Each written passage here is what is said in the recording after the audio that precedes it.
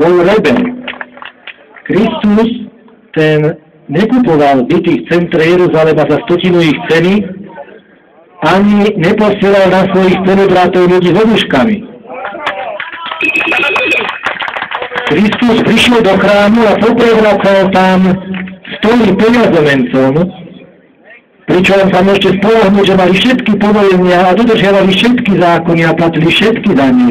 A on im ich napriek tomu poprevracal, pretože jednoducho videl, že to nie je správne, aj keď je to v súlade so zákonom. No. Takže asi toľko.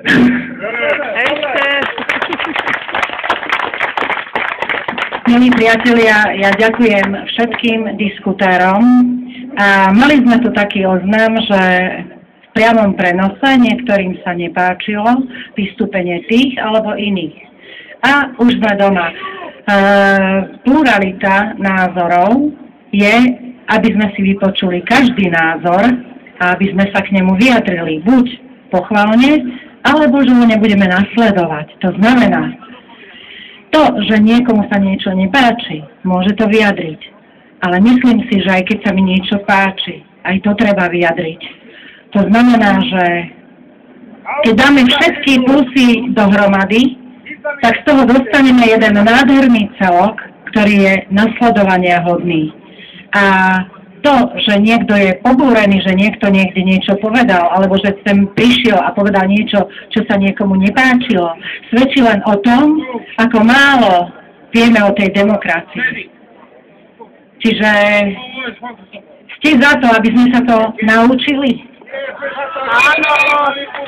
Myslím si, že je veľmi dôležité, aby sme sa naučili diskutovať, aby sme nehali toho druhého dohovoriť, aby sme si ho vypočuli a aby sme potom zaujali svoje vlastné stanovisko.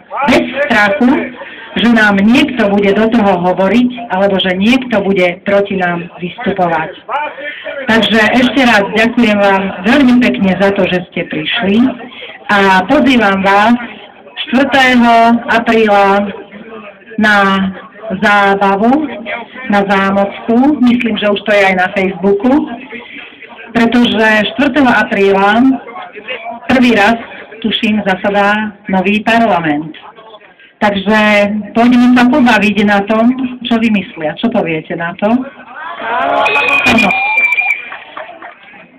Takže pokračujeme a myslím si, že spolu dosiahneme veľa. Ešte raz vám všetkým ďakujem. Ďakujem aj Jurajovi Fedorcovi, ktorý prišiel a zabezpečil nám túto aparatúru.